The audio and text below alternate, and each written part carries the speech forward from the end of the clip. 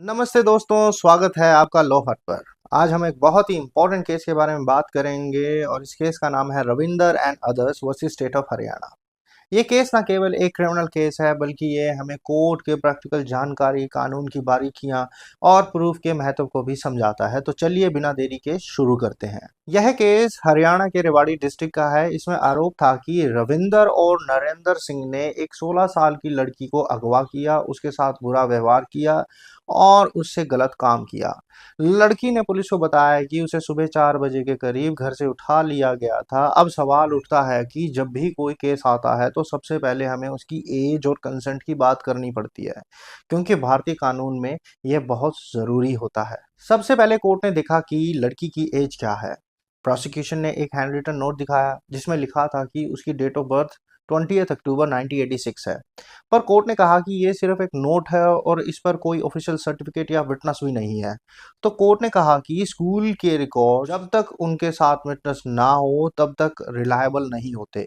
इसी तरह कोर्ट ने मेडिकल टेस्ट भी कराए। मेडिकल रिपोर्ट में बताया गया कि लड़की की रेडियोलॉजिकल एज करीब 17 साल है, यानी वह 14 से 20 साल तक के बीच हो सकती है। इससे यह साबित होता है कि लड़की 16 साल से छोटी नहीं है। तो कोर्ट का मानना था कि जब तक उसकी एज का सही प्रमाण ना मिले तब तक उसकी उम्र 16 साल से छोटी मानना गलत होगा। यहाँ से हमें समझना चाहिए कि कोर्ट में एज का प्रूफ कई तरह से हो सकता है। ऑफिशियल बर्थ सर्टिफिकेट के थ्रू हो सकता है, स्कूल रिकॉर्ड्स के थ्रू हो सकता है, विटनेसेस के थ्रू।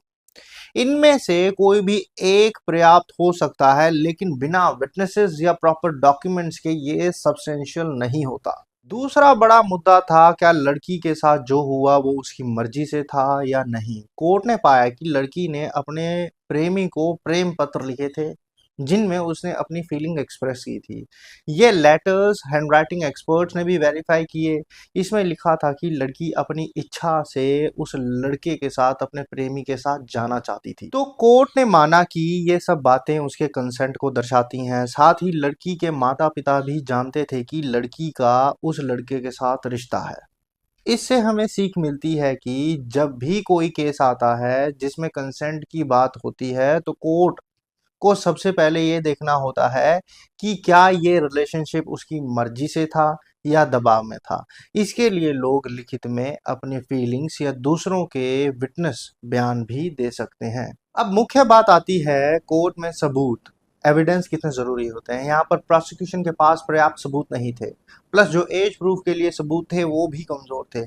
कोर्ट ने कहा कि बिना विटनेसेस, बिना प्रॉपर डॉक्यूमेंट्स और बिना किसी साइंटिफिक एविडेंस के ये सबूत मान्य नहीं है। कोर्ट में सबूत का महत्व बहुत बड़ा होता है। सबूत का मतलब है विटनेस स्टेटमेंट्स, डॉक्यूमेंट्स जैसे कि birth certificate, school record, scientific taste like radiology, DNA, digital evidence जैसे वीडियो, फोटो आदि।